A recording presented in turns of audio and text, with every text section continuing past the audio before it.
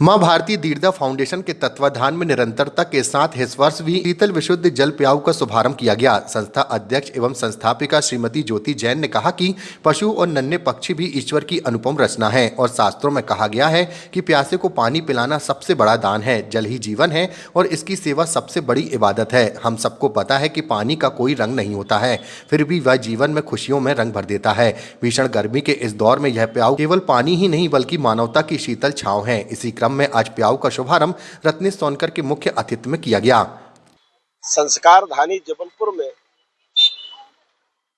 वास्तव में जब जब ऐसा कुछ विशेष अवसर आता है तो मां भारती दीर्घा फाउंडेशन अपने सांस्कृतिक और सामाजिक कामों के मामले में एक हस्ताक्षर के रूप में जबलपुर में लोग जानते हैं। अब चूंकि जबलपुर संस्कार धानी नहीं, पूरे हमारे भारत के अंदर मौसम का जो परिवर्तन है, और आप देख रहे होंगे किस तरीके की गर्मी अब प्रारंभ हो गई, और ऐसे राहगीर लोगों के लिए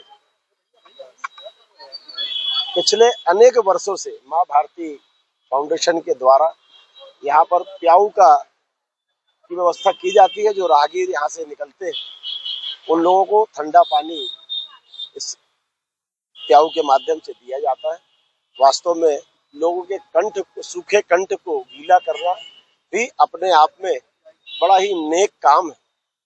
मैं मां नर्मदा जी से ही कामना करता हूं कि ऐसे पुनीत काम के लिए ये मां नर्मदा जी फाउंडेशन जो है, मां भारती फाउंडेशन, इसी तरीके से समाज के अंदर जी मानवता में शीतलता की छांव। आज हम सभी बहनें यहाँ पर एक पावन पुण्य कार्य को करने के लिए, शीतल विशुद्ध जल का उद्घाटन करने के लिए यहाँ सारी बहनें हम एकत्रित हुए हैं। मां भारती दीर्घा फाउंडेशन के तत्वावधान में निरंतरता की तरह हर वर्ष हम लोग इस जगह पर प्याऊ का उद्घाटन करते आए हैं।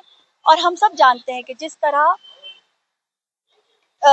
आसमान से टपकती आगी है और जिस तरह तवे से तपती धरती है, और जब यहाँ से कोई पथिक या कोई पशु पक्षी यहाँ से जब निकलते हैं और उनको प्यास लगती है, वो अपने जब इस प्याऊ को देखते हैं तो उस समय उनके लिए यह प्याऊ, हमारा जो शीतल शुद्ध जल है, उनके लिए एक अमृत तुल्य प्रतीत होता है। और कभी कभी सही मायने में एक मंदिर की तरह भी प्रतीत होता है, क्योंकि हम लोगों को भी जब इस प्याऊ को हम लोग लगाते हैं और लगाते ही साथ जब यहाँ पर राहगीर लोग पानी पीने आते हैं तो जो मन की आत्मा को तृप्ति मिलती है उसको हम लोग निश्चित परिभाषित नहीं कर सकते हैं। और साथ ही साथ हमारे जो पशु पक्षी हैं, जो बोल नहीं सकते, बेजुबान हैं, ईश्वर की भी एक अनुपम रचना है। उनके लिए भी जब हम यहाँ पर नाद रखते हैं और सकोरे रखते हैं और उनके पानी की हम लोग व्यवस्था करते हैं, उनको भी जब हम लोग प्यास बुझाने के लिए यहाँ पर हमेशा प्रेरित रहते हैं, तो उस पुण्य कार्य को भी हम लोग नहीं दर्शा सकते कि कितनी हम लोगों को शांति मिलती है। और हम सबको ये भी पता है कि शास्त्रों में भी लिखा गया है कि जब हम किसी प्यासे की प्यास बुझाते हैं तो इससे बड़ा कोई दान है ही नहीं। हमारे इस पुण्य कार्य में, इस पुनीत कार्य में हमारी मां भारती की समस्त बहनें बढ़ चढ़कर हमारे लिए सहभागिता प्राप्त करती है हम लोगों के साथ। और मैं सारी बहनों की, मां भारती की समस्त बहनों की हृदय से साधुवाद देना चाहूंगी, जो इस पुण्य कार्य में हमेशा कंधे से कंधा मिलाकर अग्रसर रहती हैं। मैडम, पहले लोग अपने क्या अंतर देख रही हैं आपके? पहले लोग ज्यादा प्याऊ वगैरह चलाते थे, खोलते थे, और आज के समय में लोग खोल नहीं रहे, क्या कारण?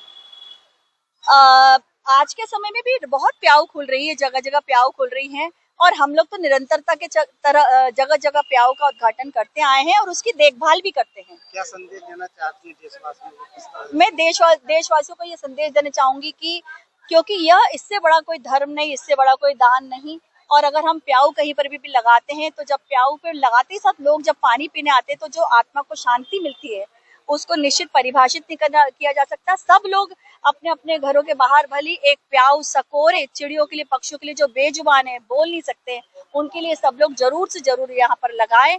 और बल्कि इसकी एक संकल्प लें कि हम लोग, और अपने पहचान वालों को भी संकल्पित करें कि हम लोग हमेशा अपने घर के बाहर हर भीषण गर्मी में सकोरे लगाएंगे और